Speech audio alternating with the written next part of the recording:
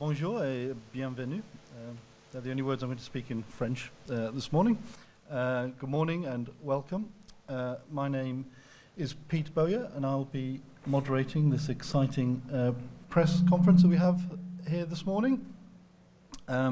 Before we start, I'll just explain the format in terms of what we're going to do. Firstly, Dr. Igor Ashurbeyli will be saying a few words about project Asgardia, the first new space nation, and he will address the room in English from the podium. We will then take questions and answers from the floor. Dr. Igor may answer those in Russian, and we have an interpreter, Irina, who will translate into English from that point onwards. We're also joined not just by members of the press, but some distinguished colleagues from the board, the editorial board of Room magazine. And I'll pick a couple of those out later when we get to the question and answer session, and they may be able to contribute in their areas of expertise to any questions that Dr. Igor takes. Without any further ado, though, let me introduce Dr. Igor Ashurbeyli. Dr. Igor is a scientist, a businessman, and an innovator. He holds a PhD in engineering with a specialization in computer science. In 1988, he founded Socium, which today has over 10,000 employees and 30 companies worldwide. In 2010, he was awarded Russia's State and Science Technology Prize, the highest honor a Russian scientist can achieve. In 2013, he founded the Aerospace International Research Center, AIRC, in Vienna, Austria, which publishes Room, a space journal, in which he's the editor-in-chief. On February 5th this year, Dr. Ashurbeyli was awarded the UNESCO Medal for contributions to the development of nanoscience and nanotechnologies. And just yesterday, he became chairman of UNESCO's Science and Space Committee. Dr. Ashurbeyli, welcome. Okay.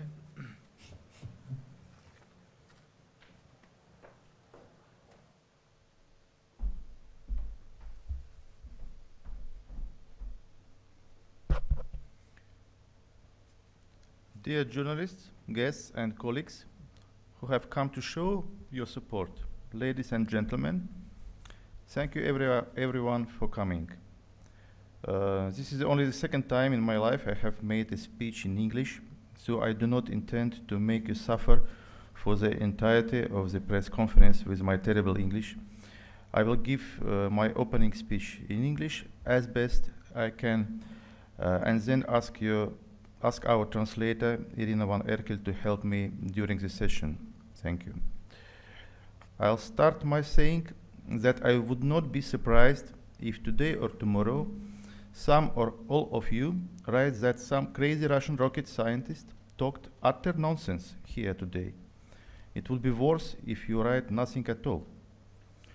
For my entire life, I have always gone against the grain.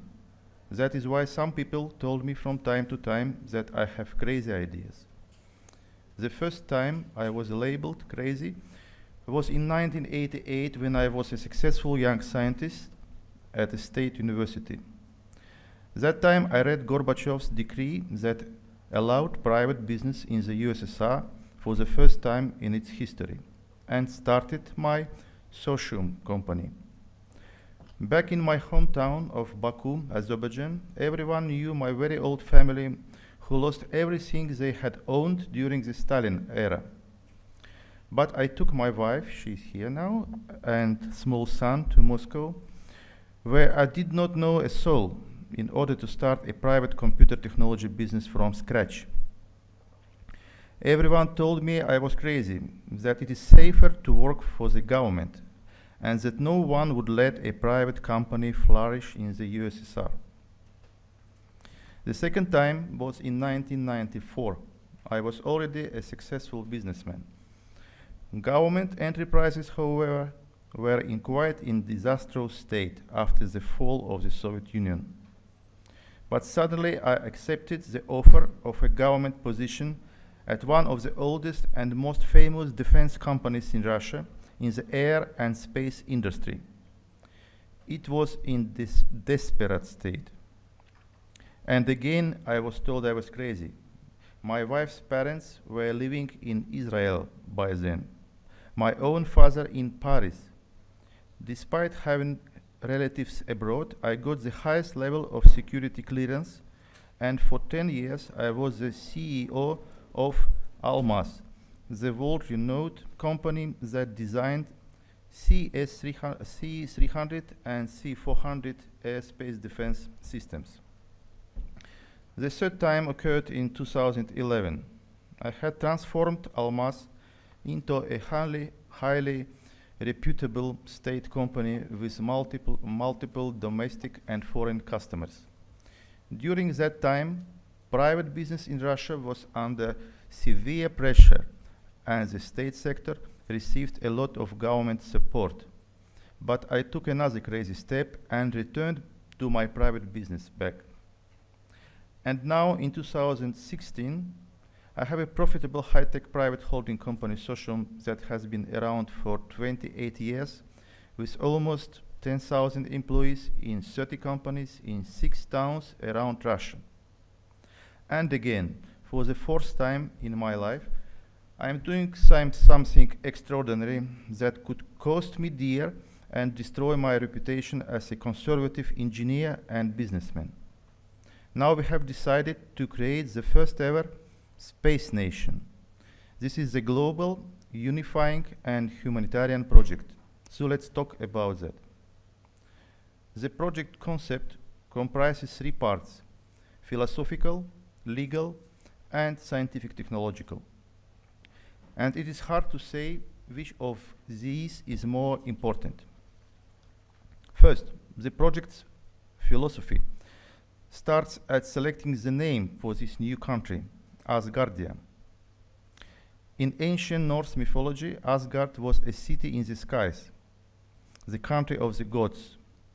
It is the realization of man's eternal dream to leave his cradle on earth and expand into the universe. Asgardia is a fully fledged and independent nation, and a future member of the United Nations, with all the attributes this status entails: a government and embassies, a flag, a national anthem and insignia, and so on. The essence of Asgardia is peace in space and the prevention of Earth conflicts being transferred into space. Asgardia is also unique from a philosophical aspect, to serve entire humanity and each and everyone, regardless of his or her personal welfare and the prosperity of the country where they happen to be born. Asgardia's philosophical envelope is to digitalize the noosphere, creating a mirror of humanity in space, but without earthly division into states, religions, and nations. In Asgardia, we are all just Earthlings. Second, Asgardia's legal aspects. Today, many of the problems relating to space law are unresolved and may never be solved in the complex and contradictory dark woods of modern international law. Geopolitical squabbles have a great influence and are often rooted in the old military history and unresolvable conflicts of countries on Earth. And it is time now to create a new judicial reality in space. It is of crucial importance that space law does not become the law of the jungle. Today, only 20 countries on Earth out of about 200 have a space presence and have, for example, plans to mine in space and lay claim to exclusivity and monopoly. We feel that this is not permissible. New space law has to equally protect the interests of every human being on Earth. It means protecting individuals and countries, particularly developing nations, from space threats, as well as delivering the benefits of using space for creating new goods and services and financial resources. The question of Asgardia citizenship is also essential. After Asgardia is recognized as a member of the UN, the question of reasons for granting citizenship will inevitably arise. One opinion is that the first Asgardians will be those who work in the fields of space research and exploration and space technology, as well as investors in these fields, including small investors. Of course, special preference will be given to the first 100,000 people who apply prior to the launch of the first satellite, and all the typical citizenship procedures that are used on Earth will be followed. This does not mean Asgardia citizenship will not be available to all people on Earth, regardless of their earthly jurisdiction. A core legal principle is that Asgardia does not interfere in relations between states on Earth and vice versa. Asgardia's legal envelope includes the creation of a new legal platform for the exploration of near-Earth and deep space. Universal space law and astropolitics have to replace international space law and geopolitics. Third, the scientific and technological component of the project can be explained in just 3 words: peace, access, and protection. These are the 3 most important scientific and technological goals of Asgardia. First goal is to ensure the peaceful use of space. The second is to protect planet Earth from space threats. There are 7 threats in our classification system: sunstorms and flares known as a coronal mass ejection, changes in Earth's magnetosphere that destroy the effective protective layer of our planet, potentially dangerous asteroids and comets, man-made orbital debris, changes in the climate stemming from technogenic factors and sun radiation, cosmic radiation from nuclear reaction on novae, supernovae, and pulsars, and the danger of Earth's infection by microorganisms from meteors and other small celestial bodies. The third goal is to create a demilitarized and free scientific base of knowledge in space. This will provide free access to all, especially those from developing countries who do not have space access now. And such access should be free and direct. We see Asgardia's technical structure in 3 segments: 1 or several core satellites, clusters of small satellites, protective space platform. We are not going to talk about technical aspects and details today. It is not because we have nothing to say. It is because we want the widest participation in this open project, participation from all interested scientists and companies, without limiting them by our own vision of the technological side of things at the moment. The scientific and technological envelope of Asgardia is a space arena for the scientific creativity of its citizens and companies in developing a broad range of future space technologies, products, and services for humanity on Earth and humanity in space. Therefore, Asgardia is a sort of matryoshka made of philosophy, law, and technology. Whatever else is hidden inside this is something we will discover in the near future. And I would like to say a few words on economics. The thing is, we are not selling pieces of land on the moon or water in Antarctica. We are actually not selling anything at all at the moment. Only after we have proven this idea with a confirmed launch of a fully equipped satellite, maybe we begin talking about Asgardia's budgets.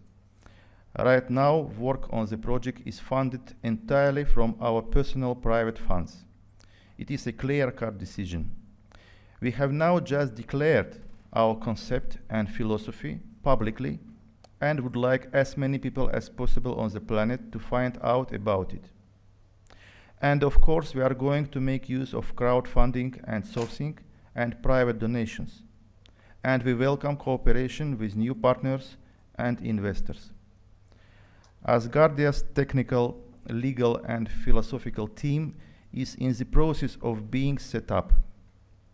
Is it pioneering, futuristic, visionary, or madness?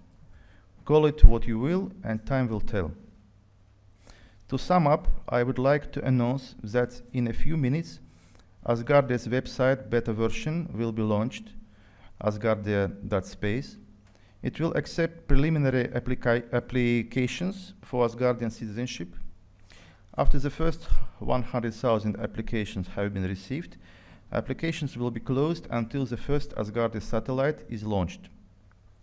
We await you, the first potential citizens and volunteers, on the first space nation. I understand that due to time constraints, I have been unable to talk about many other important aspects of the Asgardia project. I hope that I will touch upon some of them in answering your questions. And of course, the majority will continue to be discussed in multiple social, expert and professional discussion arenas and in the mass media with your help. Thank you for your time.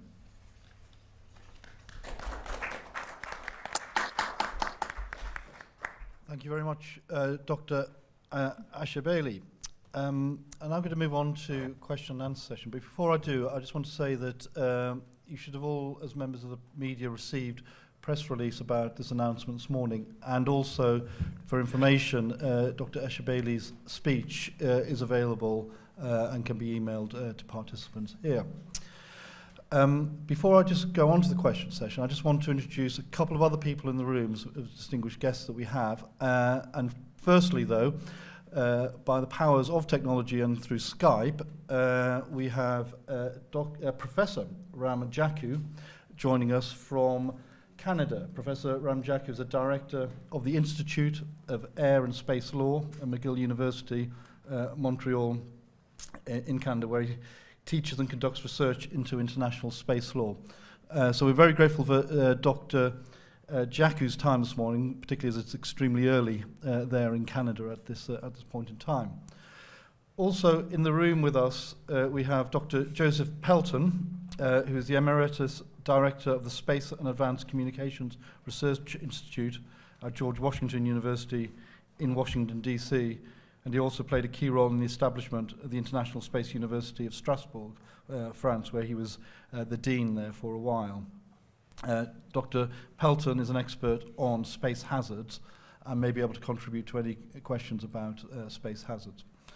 Finally, we're delighted to be joined by Professor David Alexander, who is the director of the Rice Space Institute and Rice University in Houston, Texas, where he's professor in the Department of Physics and Astronomy. Dr. Alexander may be able to contribute in areas of greater access to space. So we have some experts in the room who happen to be here, who are members of the board of Room and have worked with Dr. Ashurbeyli over time. But I will open it up to questions in the first instance to Dr. Ashurbeyli, and then we can broaden the discussion. So any questions, please? Could you state your name and affiliation when I request you? Gentleman in the second row, please. Michael Stoffard from the Financial Times. I have a few practical questions, if that's okay. How much is this going to cost? How much do you envision this costing? Have you found the satellite? Do you know what satellite you're going to launch? How many people are going up in the first satellite? Just in terms of the proposed launch in 2017, could you tell me about the satellite and what's going to be launched? How much it's going to cost? How many people are going to go in the first launch? Secondly, maybe this is a question for... Shall we take maybe the first set of questions to Dr. Ashurbeyli first, and then we can perhaps move on to questions, if they're regarding law, to Dr. Jaku? Okay, the final one in my rapid fire questions is, have you spoken to the UN about citizenship? Thank you. If people could put on their headsets for the translation, that would be helpful. Yes, because I will answer in Russian, so you can. So I hope you can hear me well. Yes. I'm not ready to answer in English for so complicated questions. So can you hear me? Yes. Во-первых, сразу, чтобы было ясно, Just to make things clear straight away. никто с Земли никуда не полетит в No следующем one году. is going to fly anywhere. Философия Asgardia заключается в том, что большинство государств Земли разрешает двойное гражданство. Поэтому вы можете быть гражданином Франции и одновременно гражданином Asgardии. Вам для этого не надо никуда лететь. Поэтому проект не предполагает полеты людей. Это фактически создание цифрового государства. Поэтому выбор спутника, который мы будем осуществлять до конца этого года, не является на сегодняшний день принципиальным. Мы имеем более 1 года до запуска, потому что мы хотели бы приурочить его к 60-летию запуска первого спутника в истории человечества, который произошел в 1957 году. И тогда главным достижением человечества было услышать вот этот первый сигнал ПП из космоса. Через 60 лет мы хотим построить первое цифровое государство в космосе. И это будет серьезным достижением человечества.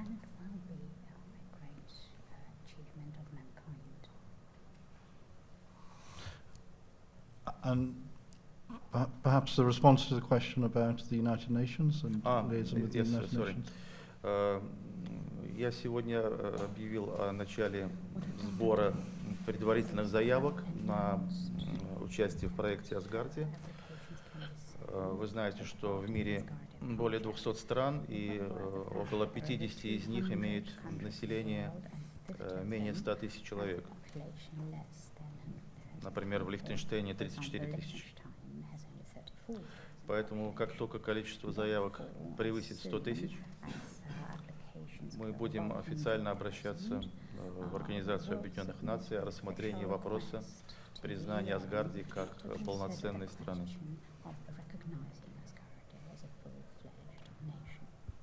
И надеемся, что это будет рассмотрено положительно. В этом рассчитываем на помощь наших адвокатов, и международных юристов и юристов в области космического права.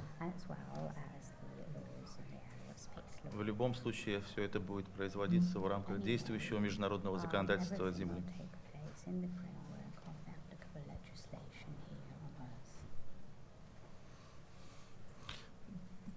Did you have a question to Dr. Jaku? Do you want to take that first, and then I'll come to you in the front row? Are you allowed to, hello sir, are you allowed to set up your own nation? And are you allowed to, what makes it a space nation rather than a regular nation? Are you allowed to have a nation with no land or territory? And who decides what's a nation? If you could. I don't understand how nations are created, and they're created, you know, when there are territories and people and nationhood. And could you maybe explain to me, legally speaking, whether this is the real deal, or this is a concept to help humanity, or whether there can actually be a nation created?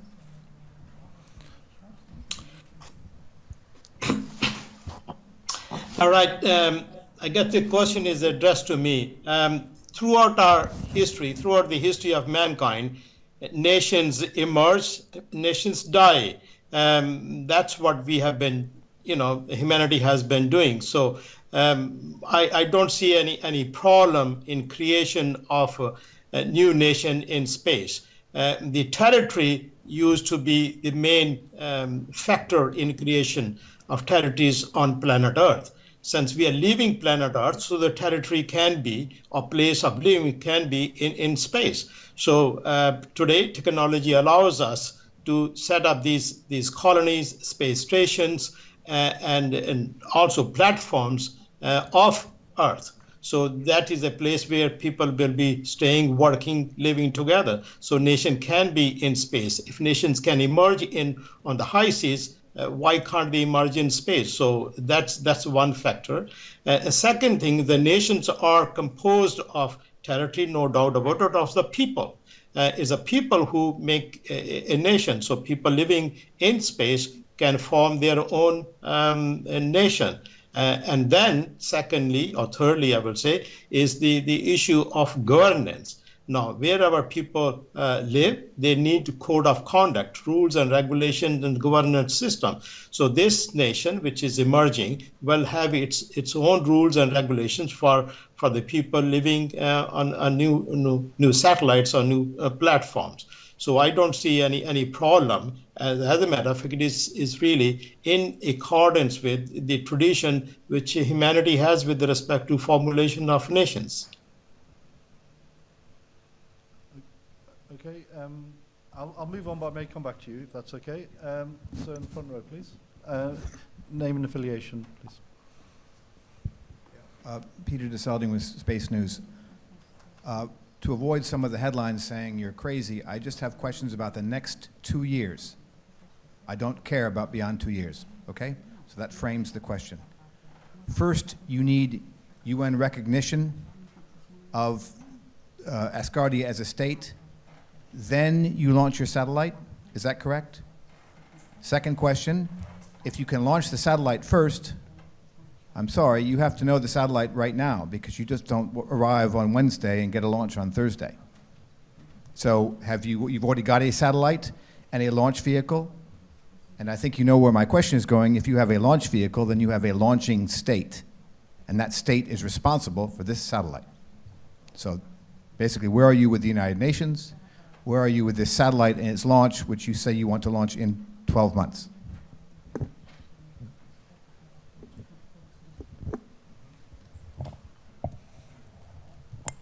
Процессы взаимодействия с Организацией Объединенных Наций и запуск спутника – это параллельные процессы. Они не зависят друг от друга, поэтому, как я уже сказал, мы начнем взаимодействовать с ООН только после того, как у нас будет более 100 тысяч потенциальных граждан. При этом мы уже начали подготовку к планируемому запуску спутника в конце 2017 года. Вопрос государства запуска очень важен. Мы хотели бы, чтобы это не было государство одно из 20 государств, космических государств, которые сегодня имеют доступ к космосу. Потому что если мы выберем какое-то из тех государств, которые сегодня уже присутствуют в космосе, это может вызвать ревность других государств. Поэтому возможно, что государством запуска нужно выбрать какую-то из развивающихся стран третьего мира. Скорее всего, это будет Африка. В Африке имеется 2 страны, которые подходят для Это Эфиопия, поскольку она является столицей Союза африканских государств, расположена в Эфиопии. Или это может быть Кения, поскольку в Найроби расположена штаб-квартира Организации Объединенных Наций. Но это не означает, что только эти страны. Я думаю, что после того, как сегодня впервые прозвучало это объявление о создании Asgardia, мы будем иметь в течение ближайших месяцев переговоры с целым рядом стран, которые хотели бы быть первыми участниками такого необычного проекта. Would you like to come back?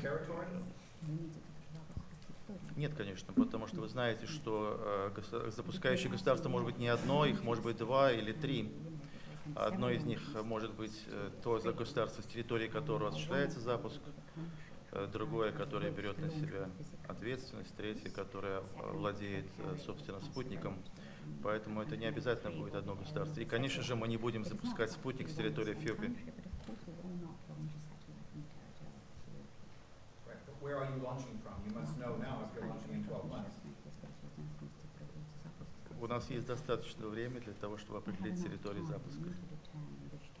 Вы знаете, что все территории запуска, они известны, их не так много на Земле.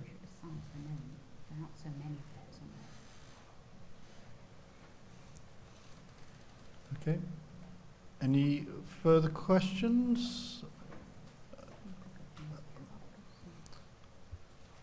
Yes. Sorry, gentleman in the back. Hello, it's Philip Hunter from Broadcast Bridge. I'm just interested to hear about your plans for the protection, particularly against asteroids and space debris, because there are a number of initiatives already in that area. So what are you doing that's different? And will you be sort of working alongside NASA or anybody else in that area? I'll ask Dr. Ashurbeyli to answer in the first instance, but maybe then Dr. Pelton could add something to that as well. Okay, I'll answer. Конечно, существуют в мире различные космические агентства, которые хорошо выполняют свою работу, но по своей сути они объективно являются эгоистичными, поскольку они работают в интересах только тех стран, в которых они существуют. Поэтому есть проблема, заключающаяся в том, что информация, которой обладают различные агентства, информация о опасных кометах, например, астероидах, эта информация недостаточно не имеет достаточно доступа со стороны других стран, потому что есть недоверие между странами. И даже внутри одной страны различные министерства и ведомства, военные, например, гражданские министерства, обсерватории, соответственно, космические агентства, они обладают каждый своим куском информации, но у них есть барьеры даже внутри страны. Поэтому задача Asgardia и задача наших спутников – это обобщить и собрать в одном месте всю имеющуюся информацию по угрозам для Земли из космоса. И даже если будет решена только одна эта задача, это уже будет большой победой. Dr. Pelton, do you want to add something? Yes. I'm holding up a copy of Room magazine, which actually has several articles in it about planetary defense and cosmic hazards. The problem is that when it comes to subjects like this, it often ends up with scientists talking to scientists. And what this new initiative can provide is a chance for the world community to be involved in some of the issues that are involved. I'll give you just a few examples.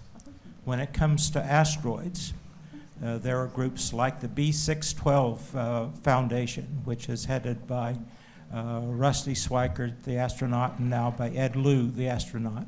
that's trying to put up a new satellite that will detect asteroids of much smaller sizes. NASA, for instance, is instructed by Congress to find all potentially hazardous asteroids down to 150 meters. But what we know is that 35-meter asteroids are city killers. That a 35-meter asteroid, if it hit, say, the San Francisco Bay Area and Silicon Valley, would wipe it out. The Tunguska asteroid that hit in the early 20th century wiped out an area in Siberia equivalent to that area. So the problem is the space agencies, they see their mission as discovering the wonders of space and developing launch vehicles. They do not see their primary mission as protecting planet Earth. There are also issues about major solar storms. And we know that the magnetic Earth, the magnetosphere of Earth is shifting, and this affects the Van Allen belts that protect us from solar storms and our major power grids.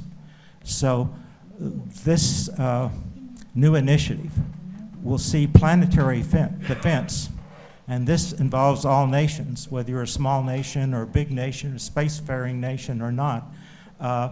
Preserving of the human race is a very high priority. It's not really the priority of NASA or ESA or JAXA or any of the other space agencies. And that's because they're told by their legislative bodies, this is what your mission is. So I personally work a great deal in this area. I published a handbook on cosmic hazards and planetary defense that's 2 volumes and 1,600 pages. But the public doesn't read that. So what we need is a media through the website for Asgardia to inform the world what are these planetary dangers. We forget sometimes that the world's largest spacecraft is not the International Space Station, it's Spaceship Earth. And this 6 sextillion ton mud ball carries some 7.5 billion people, and soon, by the end of the next century, will be perhaps 10 billion people. And we don't have great protective systems as our population grows, as our dependence on our infrastructure grows. So to me, this is a very key and personal issue. But I do hope that in 10 years, the world will know these are serious issues, and these are things that we now have the technology to maybe start seeing what we can do to perhaps create a shield in space to protect us from the most violent storms and so on. So I'm working with Jim Green, Planetary Sciences at NASA, to address some of these issues. But currently we don't have the resources or the focus of the space agencies to deal with these issues, and we hope Asgardia can help us bring that to the world attention. Thank you, Joe. Further questions? Gentleman in the green cardigan, or green V-neck sweater.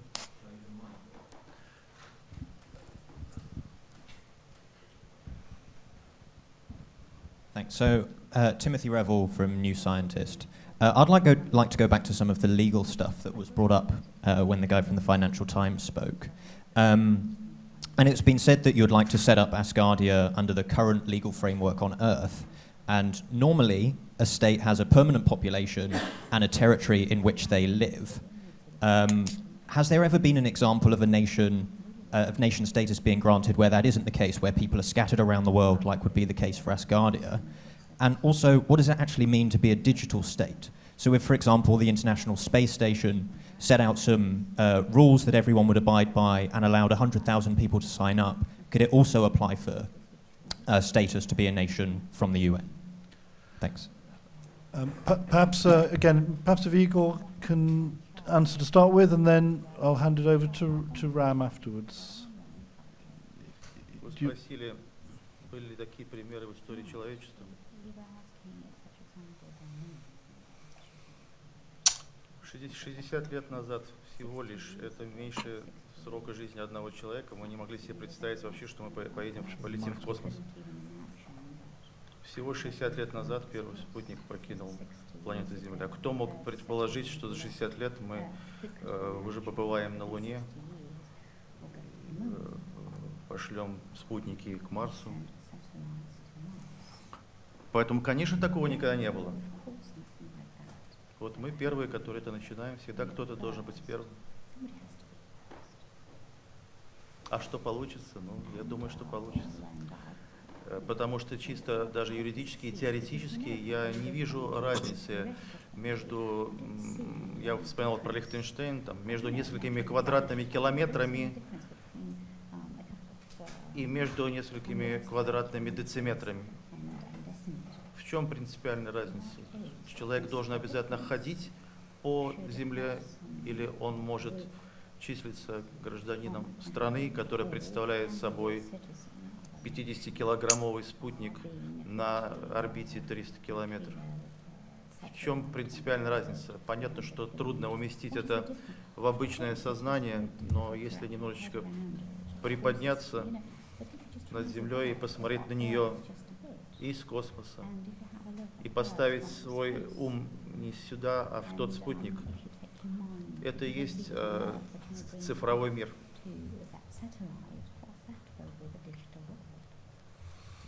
Yes, if possible, I'd like to just sort of come back to that. It's not that I can't imagine the idea of a nation in space, but when I imagine a nation in space, it would have the citizens in space rather than living somewhere else and sort of having a digital passport to that place. It seems strange to have a state where perhaps none of the citizens have ever visited. And I think that's the bit that's a bit difficult to get to the next stage.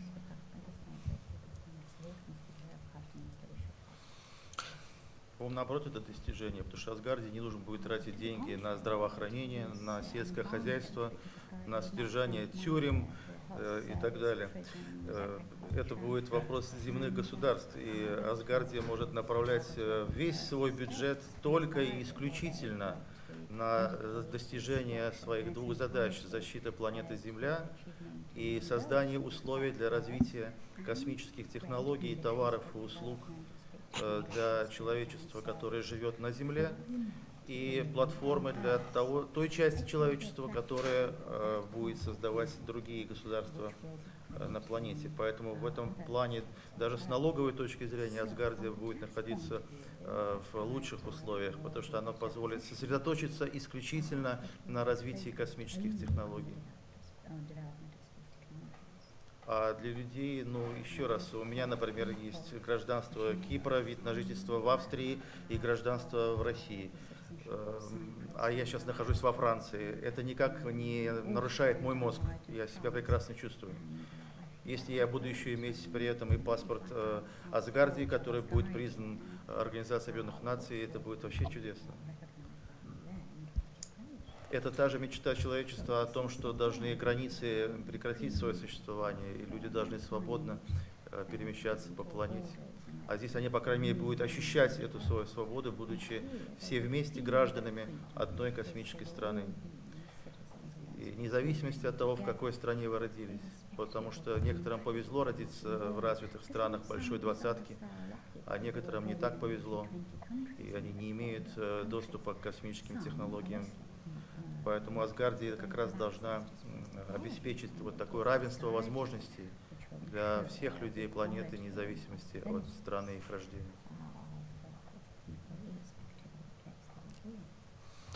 Maybe Professor Jaku has something to add on some of those legal questions too? Yes, I can add that. The question is very valid. It's important to have population to form a nation, but under international law there is no specific requirement about the number of people living in an area. People may be 1.5 billion people, or maybe a few hundred people, few thousand people, so they can form a state or a nation. So few thousand people living in space can form a nation in my view. So it is not really necessary that there has to be millions and millions of people to form a nation. Thank you, Professor. We've got about 5 more minutes before we break up. Is there any further questions? Looking around. We'll go to the front and then the second row. Or the other way around. Michael Stoddart again. Oh, sorry. Just a very quick follow-up question. So there is a plan to have people living in space eventually, because we were just told that there's no reason why you can't have a nation as long as there's some people living together, and there's no reason why that can't be in space. But as my new scientist colleague said, if they're just randomly scattered around the world, it's more difficult. So I assume then that for the application process, you will at some point want to have people living in space in order to legally become a nation. Can we infer that?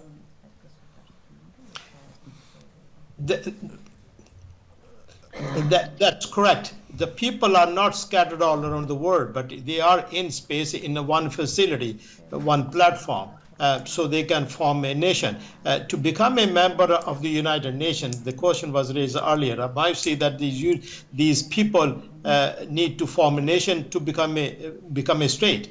And those people that nation needs recognition. I'm sure that the purpose it has set up for itself, I don't see any problem when these people get organized, doing things which is good.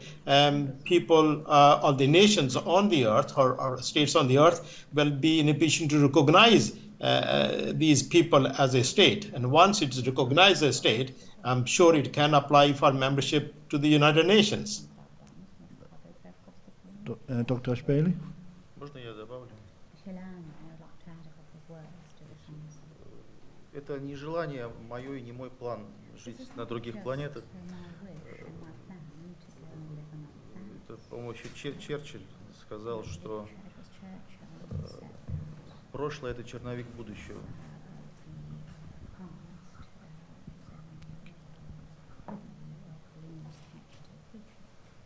Поэтому мы можем посмотреть в прошлое человечества и увидеть, какое будет его будущее. И вне зависимости от нашего желания, человечество будет колонизировать планету. Вы знаете, что недавно Илон Маск заявил о необходимости, по-моему, 1 миллион человек колонизировать Марс, и многие другие футуристы, более серьезные, чем я, говорили об этом.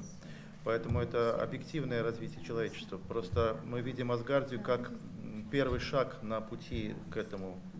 Я думаю, что это произойдет не при нашей жизни, не при жизни наших внуков, может быть, в гораздо более поздние времена, но когда-то нужно начинать, и когда-то нужно создавать правовую, технологическую и философскую платформу для этого будущего человечества. Вот Asgardia как раз и является таким, на наш взгляд, первым объединяющим шагом.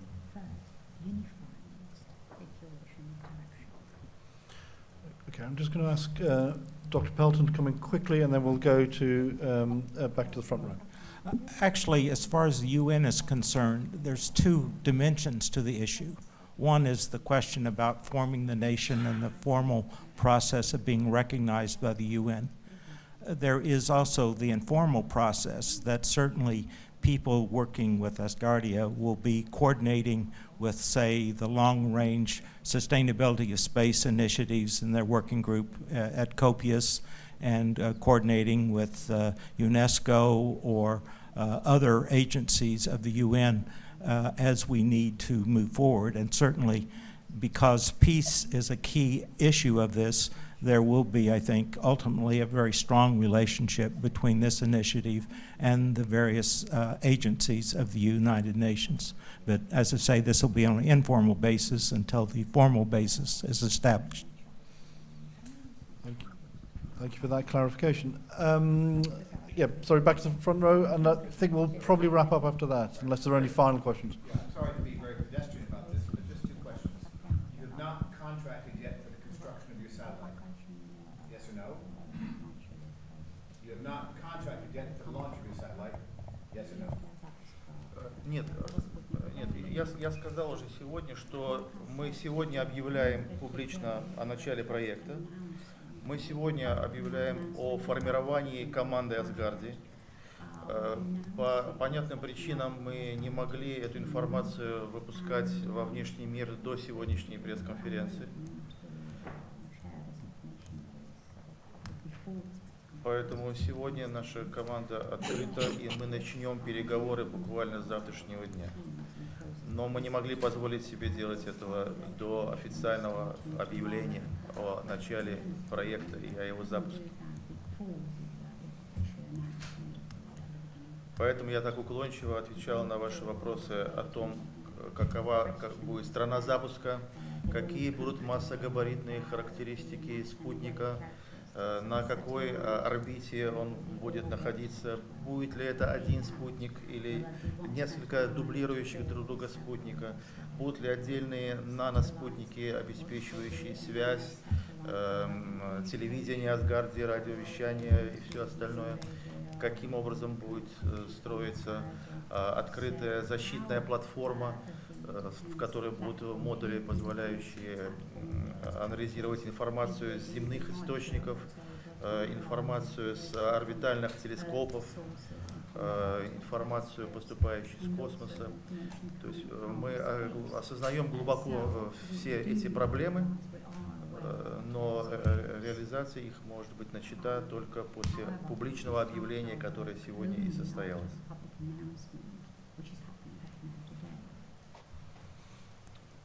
Okay, thank you. Are there any very final questions? I know one or two people came in a little bit late, but if not, I will wrap up this morning's session. Thank you all very much for your attendance. There will be some drinks and something to eat next door, and you are welcome to talk to Dr. Ashurbeyli there and other members of the team and the editorial board of Room. So thank you very much for your time and good morning. Thank you.